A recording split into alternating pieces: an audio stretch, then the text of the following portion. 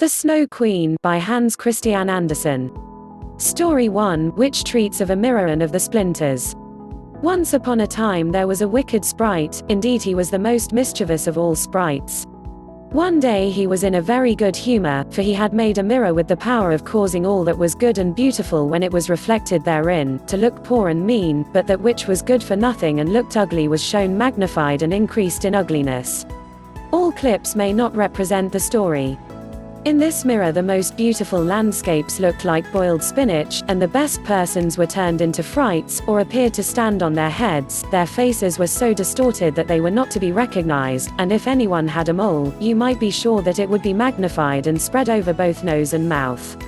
Enjoy children's stories and learn English like your mother tongue. That's glorious fun, said the sprite. If a good thought passed through a man's mind, then a grin was seen in the mirror, and the sprite laughed heartily at his clever discovery. All the little sprites who went to his school, for he kept a sprite school, told each other that a miracle had happened, and that now only, as they thought, it would be possible to see how the world really looked. They ran about with the mirror, and at last there was not a land or a person who was not represented distorted in the mirror. So then they thought they would fly up to the sky, and have a joke there. The higher they flew with the mirror, the more terribly it grinned, they could hardly hold it fast. Higher and higher still they flew, nearer and nearer to the stars, when suddenly the mirror shook so terribly with grinning, that it flew out of their hands and fell to the earth, where it was dashed in 100 million and more pieces. And now it worked much more evil than before, for some of these pieces were hardly so large as a grain of sand, and they flew about in the wide world, and when they got into people's eyes, there they stayed, and then people saw everything perverted, or only had an eye for that which was evil.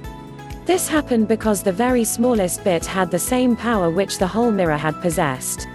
Some persons even got a splinter in their heart, and then it made one shudder, for their heart became like a lump of ice. Some of the broken pieces were so large that they were used for window panes, through which one could not see one's friends. Other pieces were put in spectacles, and that was a sad affair when people put on their glasses to see well and rightly. Then the wicked sprite laughed till he almost choked, for all this tickled his fancy.